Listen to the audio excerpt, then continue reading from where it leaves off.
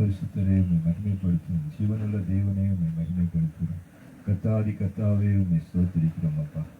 இந்த அருமையான நாளிலும் குறைந்த மனமோஷி நாளும் காலை 9 மணிக்கு கர்த்தாவே அப்பா நீர் நடத்தி கொண்டிருக்கிற என் தேவன் சொல்லுவதையே சொல்லுவேன் என்ற ஆண்டவரை பரிசுத்த வேதாகமத்தில் இருக்கிற எழுப்புதலை குறித்த தீர்க்க தரிசனங்களை வெளிப்பாடுகளை கர்த்தர் மத்தியிலே பேசிக் கொண்டு வருகிறேன். கடந்த வாரங்கள் எல்லாம் எங்களை கண்மணியை போல பாதுகாத்து நீர் பேசின ஒவ்வொரு வார்த்தைகளுக்காக ஸ்தோத்திரம். அநேக ஆண்டவரே அப்பா பிள்ளைகளுக்கு ஆசீர்வாதமாகவும் அப்பா பிரியமான எங்கள் தேவ பிள்ளைகளுக்கும் பரிசுத்தவான்களுக்கும் எழுப்புதலை குறித்து இந்த சிறிய கிராமத்திலிருந்து வெளிப்படுத்தி வருகிற ஒவ்வொரு காரியத்துக்காக உமக்கு நன்றி செலுத்துகிறோம். இந்த நாளில் எங்கள் மத்தியில் நீங்கள் வாங்க ஆவியானவரே, எங்கள் மத்தியில் வந்து நீர் கிரியை செய்யும். எல்லா தடைகளை இயேசுவின் நாம உடைக்கிறோம். எழுப்புதலை குறித்த இந்த பெரிய தீர்க்கதரிசன வெளிப்பாடு நிகழ்ச்சியானது உலகம் முழுவதற்கும் கடந்து செல்லும்படியாக நாங்கள் ஜெபிக்கிறோம். ஒரு நாட்களில் எழுப்புதலை குறித்த ரகசியத்தை ஆண்டவரை ஒவ்வொரு பிள்ளைகளும் அறிந்து கொள்ளும்படியாகவும் ஆண்டவரை கற்றுக் கொண்டு ஒரு எழுப்புதலில் இருக்கிற பெரிய மகிமை அறிந்து கொள்ளவும் இந்த நாளில் எங்கள் மத்தியிலே நீர் பேசும் ஆவியானவரே, நீர் மகிமைப்படுவீராக. கர்த்தருக்கு மகிமை உண்டாவதாக. ஆசீர்வதித்தரும் இயேசுவின் நாமத்தில் ஜெபிக்கிறோம் எங்கள் நல்ல பிதாவே. ஆமென். ஹல்லேலூயா.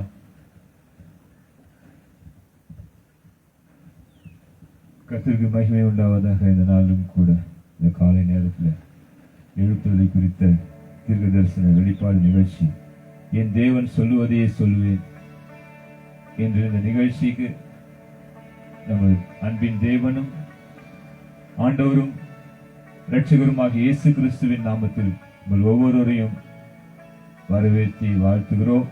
நாளும் கூட தீர்க்கதரிசன செய்திக்கு நாம் செல்வதற்கு முன்பாக ஒரு பாடலை பாடி கர்த்தரை மகிமைப்படுத்தி செல்வோம். கர்த்தருக்கு மகிமை உண்டாவதாக.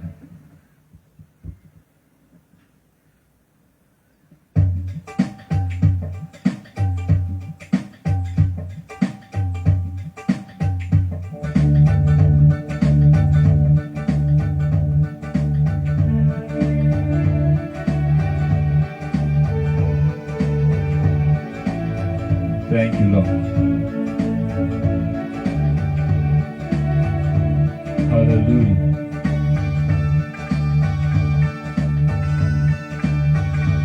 Glory to Jesus.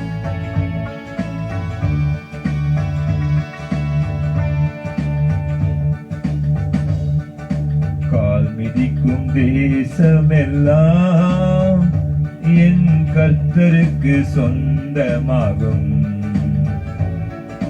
கண் பார்க்கும் பூமி எல்லாம் கல்வாரி கொடி பறக்கும். கால் மிதிக்கும் தேசமெல்லாம் என் கர்த்தருக்கு சொந்தமாகும். கண் பார்க்கும் பூமி எல்லாம் கல்வாரி கொடி பறக்கும். பறக்கட்டும் பறக்கட்டும் சிலுவையின் ஜெய கொடி. ஹல்லேலூயா. உயரட்டும் உயரட்டும் இயேசுவின் திருநாமம். ஹல்லேலூயா. பறக்கட்டும் பறக்கட்டும் சிலுவையின் ஜெய கொடி.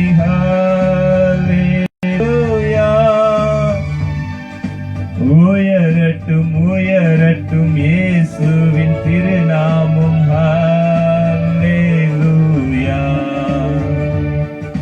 கால் மிதிக்கும் தேசமெல்லாம் என் கர்த்தருக்கு சொந்தமாகும். கண் பார்க்கும் பூமி எல்லாம் கல்வாரி கொடி பறக்கும். Glory.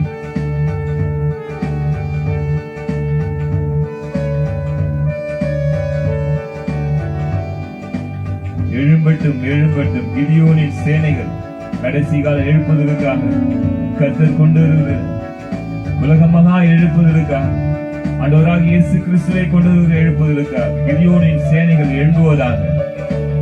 Glory to Jesus. Thank you, Lord.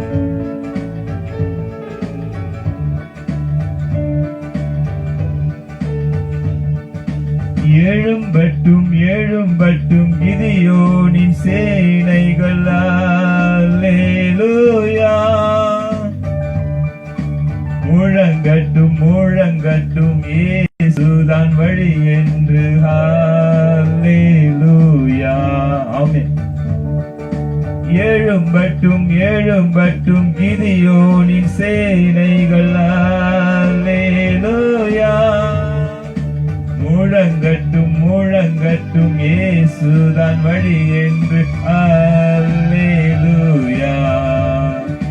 கால் மிதிக்கும் தேசமெல்லாம் என் கர்த்தருக்கு சொந்தமாகும்.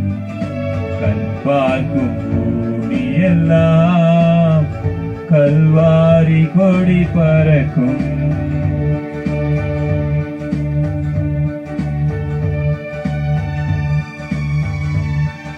Glory to Jesus. செல்லட்டும் செல்லட்டும் ஜெபசேனை துதிசேனை உலகம் முழுவதும். வெல்லட்டும் வெல்லட்டும் எதிரியின் எரிகோவை. Thank you, Lord.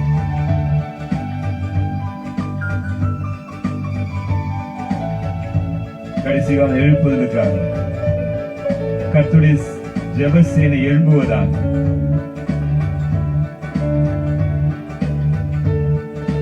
செல்லட்டும் செல்லட்டும் ஜெபசேனை துதிசேனை. அல்லேலூயா. வெல்லட்டும் வெல்லட்டும் எதிரியின் எரிகோவை. அல்லேலூயா. செல்லட்டும் செல்லட்டும் ஜெபசேனை துதிசேனை. அல்லேலூயா. வெல்லட்டும் வெல்லட்டும் எதிரியின் எரிகோவை. அல்லேலூயா. கால் மிதிக்கும் தேசமெல்லாம் என் கர்த்தருக்கு சொந்தமாகும். கண் பார்க்கும் பூமியெல்லாம் கல்வாரி கொடி பறக்கும்.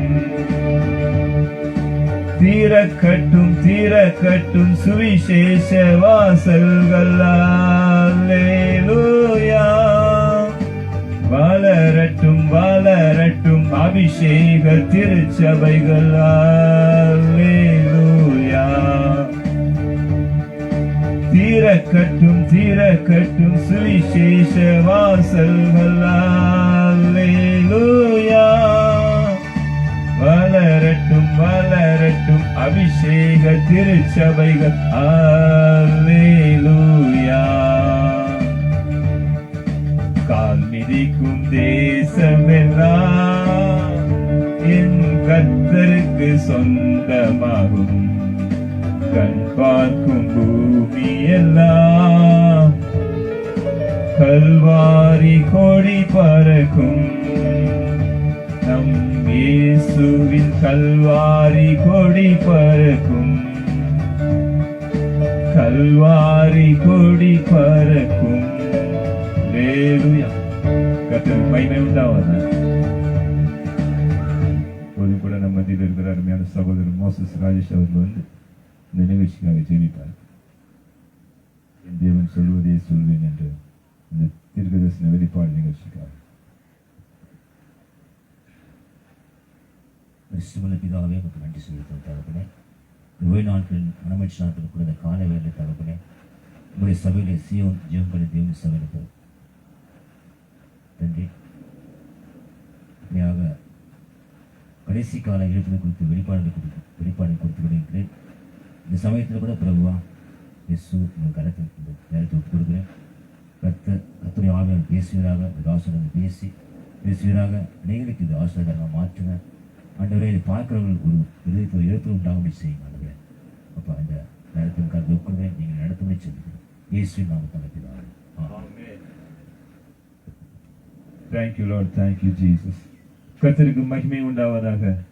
இந்த வாரத்திலும் கூட கர்த்தர் கடந்த வாரத்திலே நமக்கு வெளிப்படுத்தின அநேக காரியங்கள் உண்டு. இந்த வாரத்திலும் கூட கர்த்தர் ஒரு புதிய நிகழ்ச்சிக்குள்ளாக நம்மை நடத்தி இருக்கிறார். இந்த புதிய நிகழ்ச்சியிலும் கூட இந்த நாளில் நாம் தியானிக்க போகிற காரியங்களுக்கு முன்பாக கடந்த வாரங்களில் நாம் பார்த்த சில காரியங்களை முன்பாக வைத்து கடந்து செல்கிறோம். போன வாரத்திலே கூட நாம் பார்த்தோம், எழுப்புதலை கொண்டு வருவதற்கு நாயகனாய் இருக்கிறவர் கர்த்தராகிய இயேசு கிறிஸ்து. அவரே எழுப்புதலின் நாயகனாய் இருக்கிறார். சகலத்தையும் நடத்துகிறவர் அவர்தான். ஒரு சிறிய கிராமம், உலகத்துக்கு தெரியாத ஒரு மறைக்கப்பட்டிருந்த ஒரு சிறிய கிராமம், பாலூர் என்று சொல்லப்படுகிற இந்த கிராமம் ஆந்திரா மாநிலத்திலே, கடப்பா மாநிலத்திலே புலிவேந்தலா என்ற பட்டணத்தில் இருந்து 20 கிலோமீட்டர் தூரத்தில் இருக்கிறது. இந்த கிராமத்திலே ஒருவர் கூட இயேசுவை அறிந்தவர் கிடையாது. சுவிசேஷத்துக்கு விரோதமாக இருந்த கிராமம், கர்த்தரை எதிர்த்த கிராமம், சுவாசிகள் ஒருவர் கிடையாது. ஊழியக்காரர்கள் சென்றால் அடிப்பார்கள், துன்புறுத்துவார்கள். அப்பேற்பட்ட கிராமத்திலே 2020 ஆண்டு கோவிட்-19 ஃபுல்லாக இருந்த போது கர்த்தர் இங்கு ஒரு ஆத்மாவை ரட்சித்து அந்த ஆத்மா மூலமாக கர்த்தர் தம்முடைய சபை இங்கு ஸ்தாபித்தார். அவருடைய ஊழியத்தை ஸ்தாபித்தார். அவரே இந்த ராஜ்யத்தை, தேவனுடைய ராஜ்யத்தை இந்த கிராமத்துக்கு கொண்டு வந்தார். ஹல்லேலூயா. அவர் கொண்டு வந்து நடத்தி கொண்டிருக்கிற ஊழியத்திலே சகரியா தீர்க்கதரிசன புஸ்தகத்தின்படி 6ஆம் அதிகாரம் 13ஆம் வசனத்தில் எழுதியிருக்கிற காரியத்தை நிறைவேற்றும்படியாக நானே இங்கு சிங்காசனம் போட்டு அமர்ந்திருந்து ஊழியம் செய்கிறேன் என்று கர்த்தர் தீர்க்கதரிசனமாய் பேசினார். அப்போஸ்தலர் 2:17-18 நிறைவேற்றிக் கொண்டிருக்கிறேன்.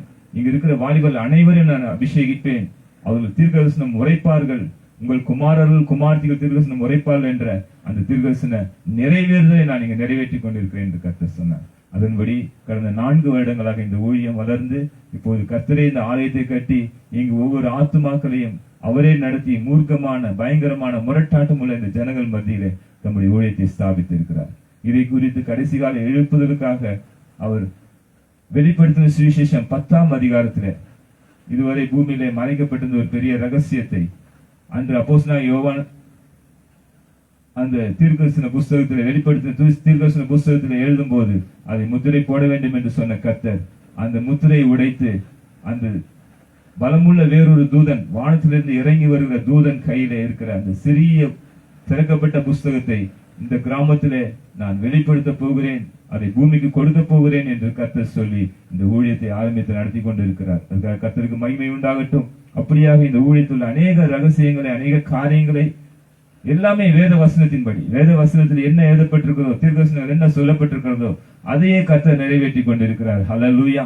அப்படியாக இந்த நாளும் கூட வேதத்தில் இருக்கிற சில தீர்க்கதரிசன வசனங்களை கர்த்தர் நம்முடைய பேசும்படியாக ஆவியானவருடைய துணையோடு நாம் செல்வோம். இப்போதும் கூட நாம் வாசிக்கும் ஒரு வசனம் புதிய ஏற்பாட்டில் லூக்கா சுவிசேஷம் 12ஆம் அதிகாரம் 49ஆம் வசனம். லூக்கா 12:49 வாசிப்போம். பூமியின் மேல் அக்கினியை போட வந்தேன், அது இப்போதே பற்றி எரிய வேண்டும் என்று விரும்புகிறேன் என்று இயேசு சொன்னார். ஹல்லேலூயா. இப்போதே நான் அது பற்றி எரிய வேண்டும் என்று விரும்புகிறேன். பூமியிலே அக்கினியை போட வந்தேன் என்று கர்த்தர் சொன்னார். ஆண்டவராகிய இயேசு கிறிஸ்து இந்த பூமிக்கு வந்ததற்கு அநேக நோக்கங்கள் உண்டு. அதில் அநேக முறை அவர் அநேக காரியங்களை வெளிப்படுத்தி இருக்கிறார். அதில் முக்கியமான ஒரு காரியம், நான் பூமியிலே அக்கினியை போட வந்தேன் என்று சொன்னார். ஹல்லேலூயா. ரீபா சந்தல ராக்காபா. பரிசுத்த ஆவியானவர் தம்முடைய கடைசி கால எழுப்புதலை கொண்டு வரும்படியாக அவர் அப்போஸ்தலர் 2ஆம் அதிகாரத்திலே பரிசுத்த ஆவியானவராக இறங்கி வர போகிற காரியத்தை குறித்து, மாம்சமான யாவர் மேலும் தம்முடைய ஆவியை ஊற்ற போவதை குறித்து ஆண்டவராகிய இயேசு கிறிஸ்து மறைமுகமாக இந்த வசனத்திலே வெளிப்படுத்தினார். பூமியின் மேல் அக்கினியை போட வந்தேன், அது இப்பொழுதே பற்றி எரிய வேண்டும் என்று விரும்புகிறேன் என்று சொன்னார். அந்த இப்பொழுதே பற்றி எரிய வேண்டும் என்கிற காரியம் தான் இன்றைக்கு உலகம் முழுவதும் நிறைவேற்றப்பட வேண்டியதாக இருக்கிறது. ஆண்டவர் விரும்புகிற அக்கினி என்ன? அக்கினி அவர் விரும்பின காரியம் என்ன? அதை குறித்து இந்த நாளும் கூட கர்த்தருடைய ஆவியானவர் நம்மில் பேசுகிறார். முக்கியமாக ஆண்டவர் சொன்ன காரியத்தின் ஒரு மறைமுகமான காரியம் என்னவென்றால், நாம் பார்க்கிறோம் அப்போஸ்தலர் 2ஆம் அதிகாரம் 17-18 வாசிக்கும் போது, ஆவியான அபிஷேகம் பெற்று பரிசுத்த ஆவியானவர் இறங்கி வந்த அனைவரும், சீசர்கள் அனைவரும் 120 பேர் அபிஷேகம் நிறைந்த பின்பாக பேதுரு எழுந்து நின்று சொன்ன அந்த தீர்க்கதரிசன வார்த்தை 17ஆம் வசனம் 2:17 அப்போஸ்தலர் 2:17 எழுதப்பட்டிருக்கிறது. கடைசி நாட்களில் நான் மாம்சமான யாவர் மேலும் என் ஆவியை ஊற்றுவேன். அப்போது உங்கள் குமாரரும் உங்கள் குமார்த்திகளும் தீர்க்க தரிசனம் சொல்லுவார்கள். உங்கள் வாலிபர் தரிசனங்களை அடைவார்கள். உங்கள் மூப்பர் சொப்பனங்களை காண்பார்கள். என்னுடைய ஊழியக்காரர் மேலும் என்னுடைய ஊழியக்காரிகள் மேலும் அந்நாட்களிலே என் ஆவியை ஊற்றுவேன். அப்போது அவர்கள் தீர்க்கதரிசனம் சொல்லுவார்கள் என்று கர்த்தர் சொன்னார். ஹல்லேலூயா. அந்நாட்களில் என்று எழுதப்பட்டிருக்கிறது. வாலிபர்களும் குமாரர்கள் குமார்த்திகள் இவர்களை குறித்து சொல்லப்பட்டு இவரெல்லாம் தீர்க்கதரிசனம் உரைப்பார்கள் என்று சொல்லப்பட்டு இப்படி ஒரு புதிய ஒரு அபிஷேகத்தை குறித்து இதுவரை பூமியில கர்த்தர் நிறைவேற்றப்படாத ஒரு அபிஷேகம் இது. உங்கள் குமாரர்கள் குமார்த்திகள் அனைவரும் தீர்க்கதரிசனம் சொல்லுவார்கள் என்று சொன்னார். வாலிபர்கள் அனைவரும் தரிசனங்களை காண்பார்கள் என்று சொன்னார். ஊழியக்காரர் மேல் நான் அபிஷேகத்தை ஊற்றப் போகிறேன் என்று சொன்னார். அதாவது இவர்கள் எல்லாரும் அபிஷேகம் பெற்றவர்களே, ஆனால் கடைசி காலத்திலே கர்த்தர் கொண்டு வருகிற எழுப்புதலை கொண்டு வரப்போகிற ஒரு பெரிய ஒரு அபிஷேகத்தை கர்த்தர் பேசியிருக்கிறார். இது எப்படிப்பட்ட அபிஷேகம் என்பதை குறித்த நாளும் கூட கர்த்தர் சில வசனங்கள் மூலமாக நமக்கு அதை வெளிப்படுத்துகிறார். இது என்ன அபிஷேகம் என்று பார்க்கும்போது பழைய ஏற்பாடு புஸ்தகத்திலே பார்க்கிறோம். பழைய ஏற்பாடு புஸ்தகத்திலே லேவியராகமம் பார்க்கும்போது அதிலே லேவியராகமம் புஸ்தகத்தில் நான் பார்க்கிறோம் 25ஆம் அதிகாரம். லேவியராகமம் 25ஆம் அதிகாரம் 55ஆம் வசனம். லேவியராகமம் 25:55 வாசிக்கிறோம்.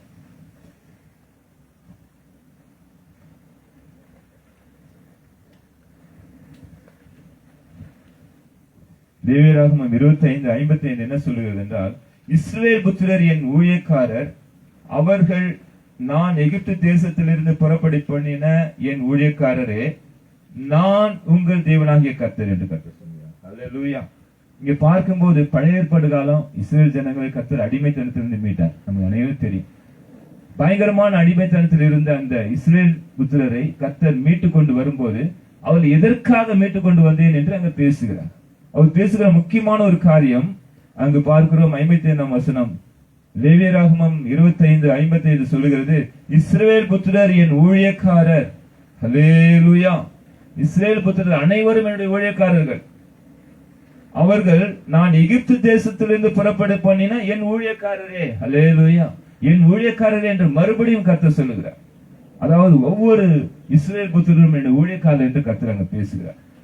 நான் உங்கள் தேவனாகிய கர்த்தர், அங்கு நான் உன் தேவனாகிய உங்கள் தேவனாகிய கர்த்தர் என்று கர்த்தர் அழுத்தி சொல்லுகிறார். காரணம் என்னவென்றால், கர்த்தர் இந்த பூமியிலே மனுஷனை உண்டாக்கினதற்கு முக்கியமான நோக்கமே தம்முடைய ஊழியத்தை செய்வதற்காக, தம்முடைய ராஜ்யத்தை ஸ்தாபிப்பதற்காக. ஹல்லேலூயா. கர்த்தருக்கு மகிமை உண்டாவதா. ஆதாமை கர்த்தர் உண்டாக்கின போது கூட அதேதான் சொன்னார். ஆதாமை குறித்து மனுஷனை உண்டாக்கி கர்த்தர் ஆதியாகமம் 2ஆம் அதிகாரத்தில் வாசிக்கிறோம். 15ஆம் வசனம் சொல்லுகிறது, தேவனாகிய கர்த்தர் மனுஷனை ஏதேன் தோட்டத்திலே அழைத்து கொண்டு வந்து அதை பண்படுத்தவும் காக்கவும் வைத்தார் என்று எழுதியிருக்கிறது. ஹல்லேலூயா. கர்த்தருக்கு மகிமை உண்டாவதாக. இந்த பூமியில மனுஷனை எதற்காக கொண்டு வந்து பூமியில ஏதேன் தோட்டத்தில் வைத்தார் என்றால், அவர் கர்த்தருக்கு ஊழியம் செய்யும்படியாக, அவருக்கு ஊழியம் செய்யும்படியாகவே மனுஷனை உண்டாக்கினார்.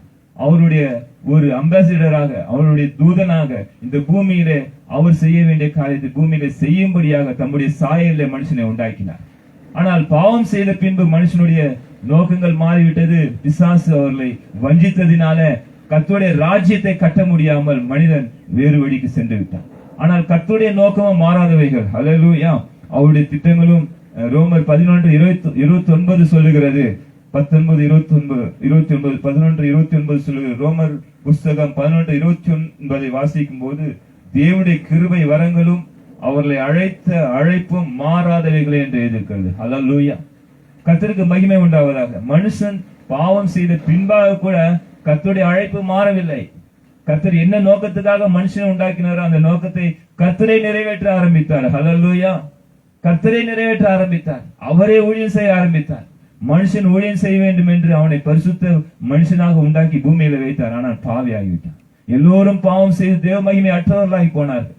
ஆனால் கர்த்தருடைய சித்தம் மாறவில்லை. ஆண்டவராக இயேசு கிறிஸ்து பூமிக்கு வந்த போது சொன்னார்.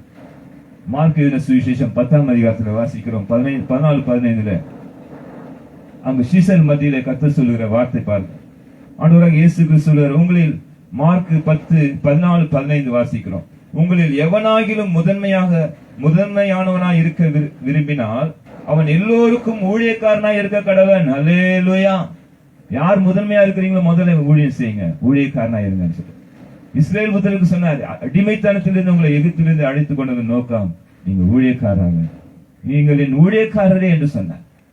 இந்த கடைசி காலத்திலும் கூட கர்த்தரின் எழுப்புதலை கொண்டு வருவதற்கான முக்கிய நோக்கமே தம்முடைய பிள்ளைகள் அனைவரும் ஊழியக்காரராக வேண்டும் என்பது. அல்லேலூயா. கர்த்தருக்கு மகிமை உண்டாகட்டும்.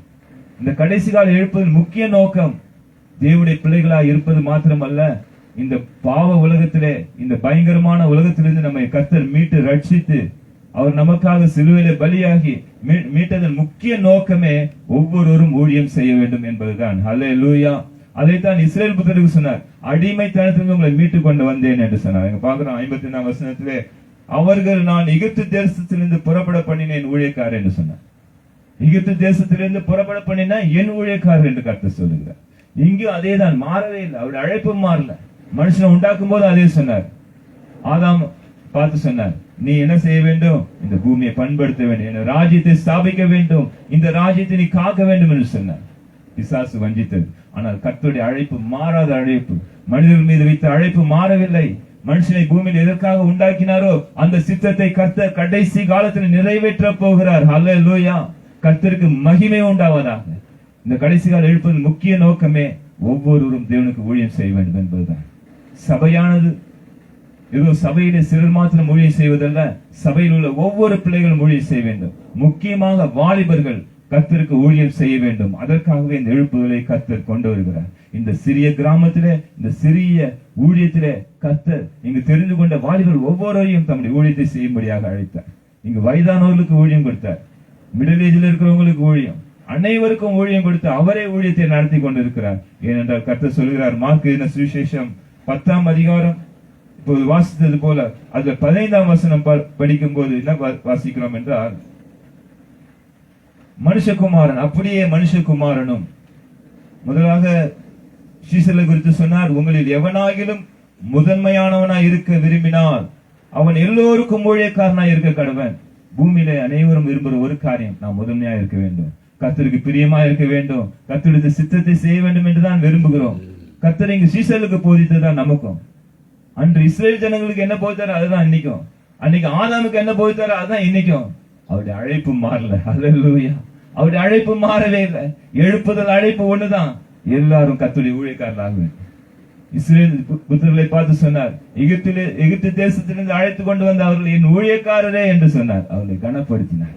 அப்படி இந்த கடைசி காலத்திலும் கூட சபையை கர்த்தர் தெரிந்து கொண்ட ஒரே நோக்கம், இந்த பூமியில தேவனுடைய ராஜ்யத்தை கட்டும்படியான சபையில் இருக்கிற ஒவ்வொரு பிள்ளைகளும் அவருடைய ஊழியக்காரரே. அல்லேலூயா. அதை நிறைவேற்றும்படியாக இந்த கடைசி கால எழுப்பதை கர்த்தர் கொண்டு வருகிறார். அதை முதலாவது வாலிபருக்குள்ளே அதை கர்த்தர் கொண்டு வருவார். ஏனென்றால் வரும் சந்ததி வாலிபர் சந்ததி. வருகிற பிள்ளைகள் எல்லாம் தேவனுடைய பிள்ளைகளாக மாற வேண்டும், பரிசுத்த பிள்ளைகளாக இருக்க வேண்டும், பாவத்தை ஜெயிக்க வேண்டும், பிசாசை ஜெயிக்க வேண்டும், உலகத்தை ஜெயிக்க வேண்டும்.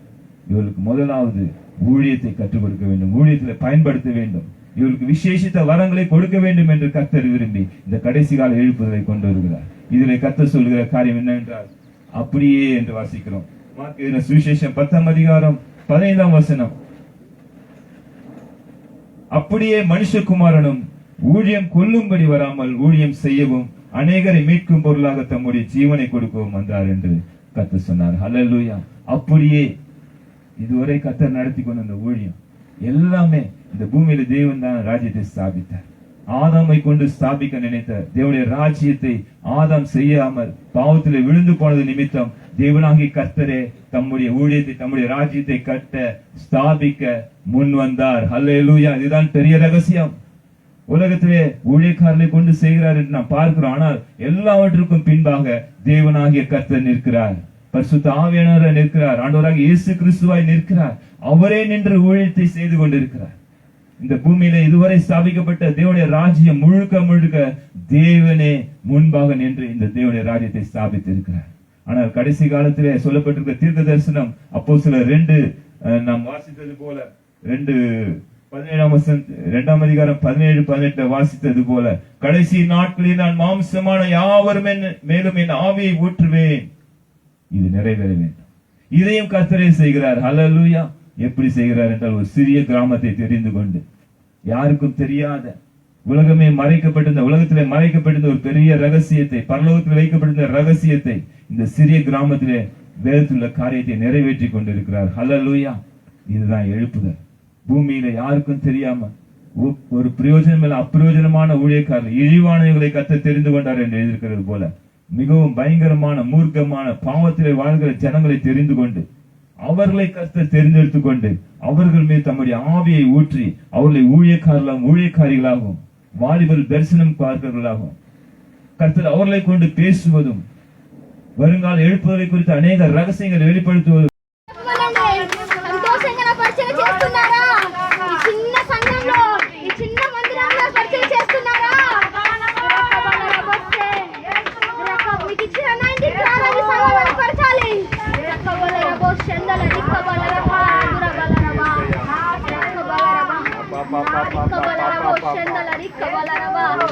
మనుషులందరి కంటే నమ్మండి.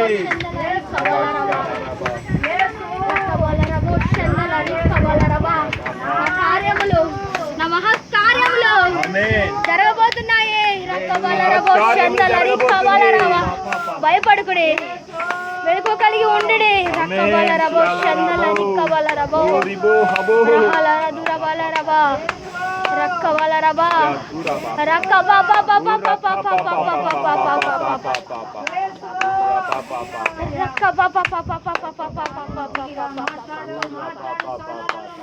రక్కబలరబో షందల రిక్కబలర హలర దురబలరబా రక్కబలరబో షందల రిక్కబలరబా రక్కబలరబో రక్కబల దురబలరబా రక్కబలరబా. రేపు మూలని పరిచయం ఏమంటే పడుతుంది నావా?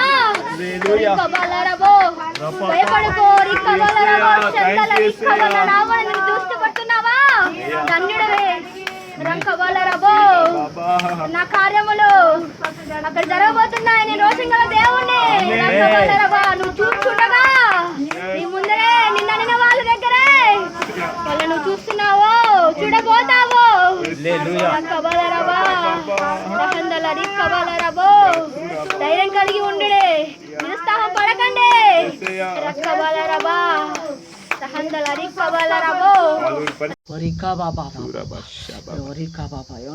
సిద్ధంగా ఉండండి.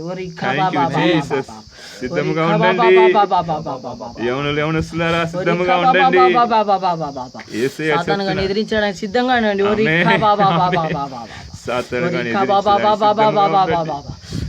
கடைசி காலத்திலே சொல்லப்பட்டிருக்க தீர்க்க தரிசனம் அப்போஸ்தலர் 2 நாம் வாசித்தது போல 2 அதிகாரம் 17-18 வாசித்தது போல, கடைசி நாட்களில் நான் மாம்சமான யாவரும் மேலும் என் ஆவியை ஊற்றுவேன். இது நிறைவேற வேண்டும். இதையும் கர்த்தரே செய்கிறார். ஹல்லேலூயா.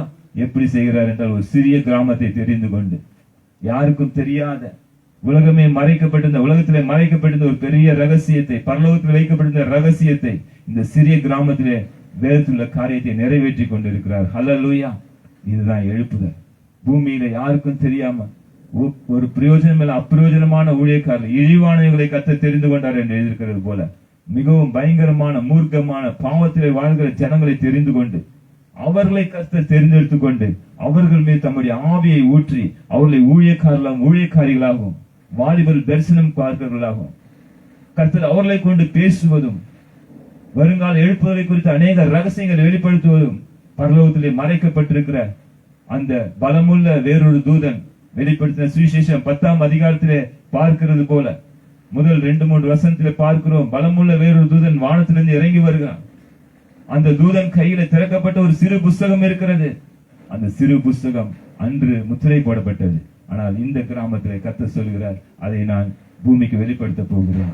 இந்த எழுப்புதலுக்கு முக்கியமாக இந்த பரிசுத்த புஸ்தகம் என்று சொல்லப்படுகிற திறக்கப்பட்ட புஸ்தகம் தான் உலகத்திலே ரகசியத்தை வெளிப்படுத்த போகிறது. கடைசி கால ரகசியத்தை வெளிப்படுத்த போகிறது. கடைசி கால தேவனுடைய ராஜ்யம் எப்படி இருக்க போகிறது, அதற்காக கர்த்தர் எப்படி கிரியை செய்திருக்கிறார், இதுவரை பூமியிலே தேவனுடைய ராஜ்யம் எப்படி ஸ்தாபிக்கப்பட்டது, ஆதாம் விழுந்து போன பின்பு தேவனுடைய ராஜ்யத்தை கர்த்தர் எப்படி ஸ்தாபித்துக் கொண்டு வந்தார் என்று அநேக ரகசியங்களை இந்த பரிசுத்த புஸ்தகம் வெளிப்படுத்த போகிறது. அதாவது தேவனுடைய தூதன், அந்த பலமுள்ள வேறொரு தூதன் கையில் இருக்கிற திறக்கப்பட்ட அந்த சிறு புஸ்தகம் நமக்கு வெளிப்படுத்த போகிறது. இதை கர்த்தர் எழுதி கொடுக்க போகிறார். அதற்காக கர்த்தர் தெரிந்து கொண்ட இந்த சிறிய சபையிலிருந்து ஒவ்வொருவரையும் ஊழியக்காரரை அனுமதித்திருக்கிறார். ஒவ்வொருவரும் ஊழியக்காரரை அழைத்திருக்கிறார். சிறு பிள்ளைகள், பெரியவர்கள் அனைவரையும் கர்த்தர் அழைக்கிற ஒரு அழைப்பு. Glory, glory. Amen. Thank you, sir. Amen. Amen. తండ్రి. Amen. Amen. Amen. చప్పట్లు కొట్టి దేవునికి మహిమ చెల్లించండి.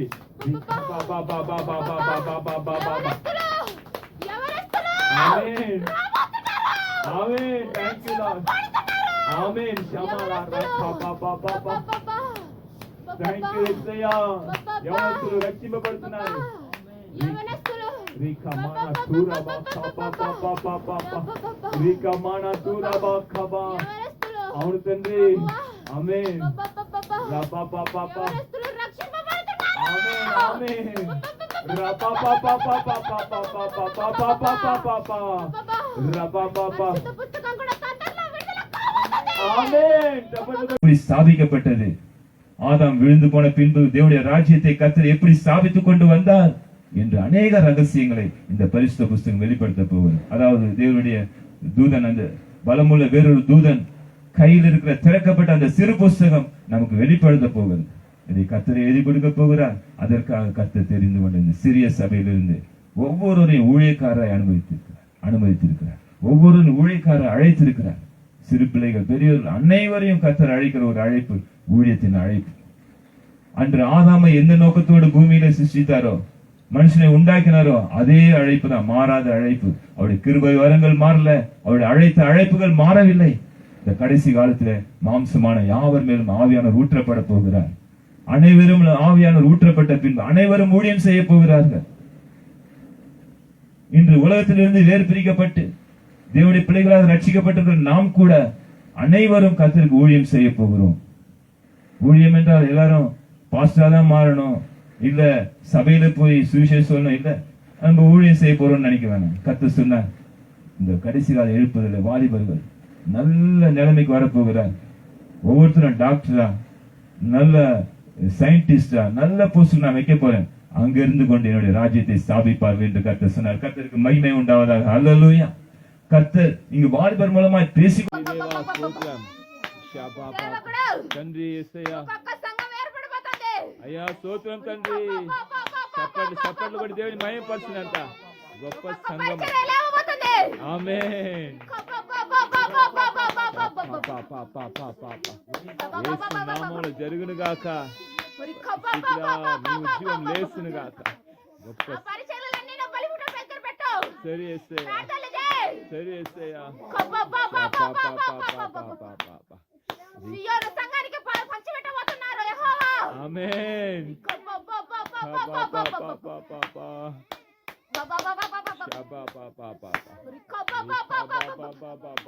సియోను సంఘానికి ఒక పరిచర్య. గొప్ప పరిచర్య. గట్టిగా చప్పట్లు కొట్టి దేవుని మహిమపరచు. అభిషేకానికి పరిచర్య. ఆమేన్. భూమిలోనే గొప్ప పరిచర్య సియోను సంఘానికి. ఆమేన్. బల్లకు పరిచర్య. ఆమేన్. రక్షణ లేని వారికి పరిచర్య. ఆమేన్. వారికి పరిచర్య. ఆమేన్.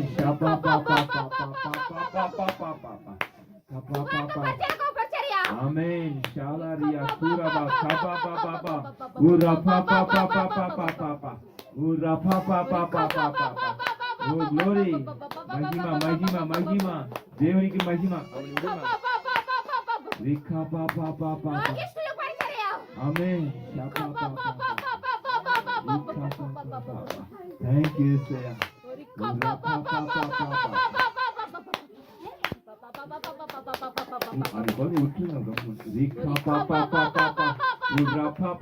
మీరు అభిషేకం పొందుతారు. ఆమేన్. షలారియా కూరబా ఖబా బాబా ఉరఫా పాపా. ఆమేన్. షపా పాపా ఉరఫా పాపా. Thank you lord. షలారియా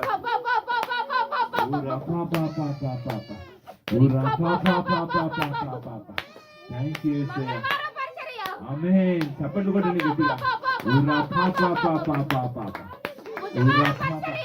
ఆమేన్. గొప్ప పరిచర్య.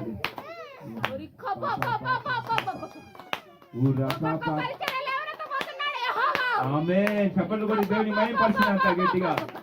చప్పట్లు కొట్టి గట్టిగా. ஆமென். பேசிக்கொண்டே இருக்கிறார். கடைசி கால எழுப்புதலை குறித்து ஒவ்வொரு ஆராதனை பேசுகிறார், மத்தியிலே பேசுகிறார், ஊழியக்காரோடு பேசுகிறார், வசனத்தோடு பேசுகிறார், தீர்க்க தரிசனமாக பிள்ளைகள் மூலமாய் பேசுகிறார். பேசும்போது நான் கர்த்தர் சொல்கிற ஒரே காரியம், கடைசி காலத்தில் வாலிபர்கள் அனைவரும் எனக்கு ஊழியம் செய்வார்கள். அவர்கள் ஊழியம் செய்வதன் மூலமாக, வாலிபர்கள் எழும்பி பிரகாசிப்பதன் மூலமாக பூமி முழுவதும் என்னுடைய ஆவியானவர் ஊற்றப்படுவார் என்று கர்த்தர் சொல்லியிருக்கிறார். ஹல்லேலூயா. அப்படியே இந்த அப்போஸ்தலர் 2:17-18 நிறைவேறப் போகிறது. 17 வாசிக்கிறோம், கடைசி நாட்களில் நான் மாம்சமான யாவர் மேலும் என் ஆவியை ஊற்றுவேன். அப்போது உங்கள் குமாரரும் குமார்த்திகளும் தீர்க்கதரிசனம் சொல்லுவார்கள், உங்கள் வாலிபர்கள் தீர்க்கதரிசனங்களை தரிசனங்களை அடைவார்கள், உங்கள் மூப்பர்கள் சொப்பனங்களை காண்பார்கள். என்னுடைய ஊழியக்காரர் மேலும் என்னுடைய ஊழியக்காரிகள் மேலும் என் ஆவியை ஊற்றுவேன். அப்பொழுது அவர்கள் தீர்க்கதரிசனம் சொல்லுவார். இது புதிய அபிஷேகம். இந்த அபிஷேகத்தை குறித்து கடைசியாக ஒரு வசனத்தை வாசித்து நாம் முடிப்போம். இந்த அபிஷேகத்திற்கும் கர்த்தர் வெளிப்படுத்தியிருக்கிற ஒரு பெரிய எழுப்புதல் வசனத்துக்கும் மிகவும் தொடர்பு உண்டு. அதாவது சங்கீதம் 104 நாம் வாசிக்கிறோம். சங்கீதம் 104 எடுத்து வாசிக்கும் போது சங்கீதம் 104 4ஆம் வசனம் சொல்லுகிறது,